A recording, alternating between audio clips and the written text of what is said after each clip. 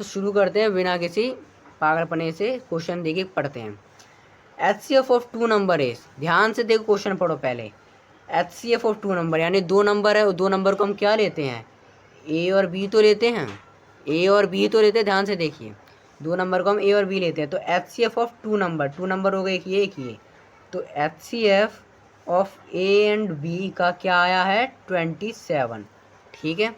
और LCM, और उनका जो LCM है वो आया है 162।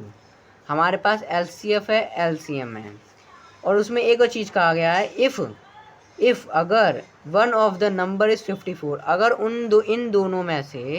इन दोनों में से कोई एक नंबर 54 है तो बताओ दूसरा नंबर कितना होगा। तो यानी वैल्यू गिवन दैट, ये भी वैसे गिवन में ही आएगा, ये भी गिवन दैट वैल्यू, हम इसको b मान लेते हैं, चलो b, value of b equal to 54, find the other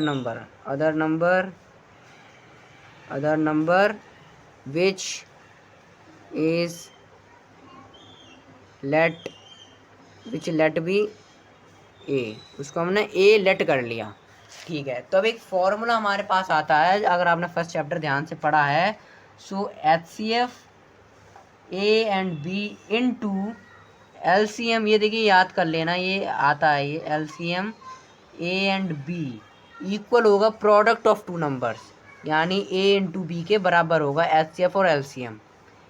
ध्यान से फॉर्मूला है, ध्यान देख लेना, हमारे पे HCF गिवन है, LCM गिवन है और B की वैल्यू पता है, तो हमें A की वैल्यू फाइंड करनी है। HCF हमें क्या दे रखा है 27, LCM हमें दे रखा है 162, A पता नहीं है तो B हमें क्या दे रखा है 54, ठीक है। ये फॉर्मूला है, ये कोई रटने वाला ही है वैसे तो, लेकिन आप थोड़ा करोगे तो आपको आता रहेगा, इसमें थोड़ी प्रैक्टिस की ज़रूरत है। तो इन दोनों की अगर हम मल्टीप्लाई करेंगे तो हमारा आंसर आएगा 4374, ठीक है, हमारा आंसर आएगा 4374। मैं अभी टाइम वेस्ट नहीं कर रहा, बस ऐसे करके दिखा रहा हूँ। और ये A into 54, 4374 divided by 54 equal में A, तो A की वैल्यू आ जाएगी, तो A की वैल्यू आई अभी 81, so that is our answer.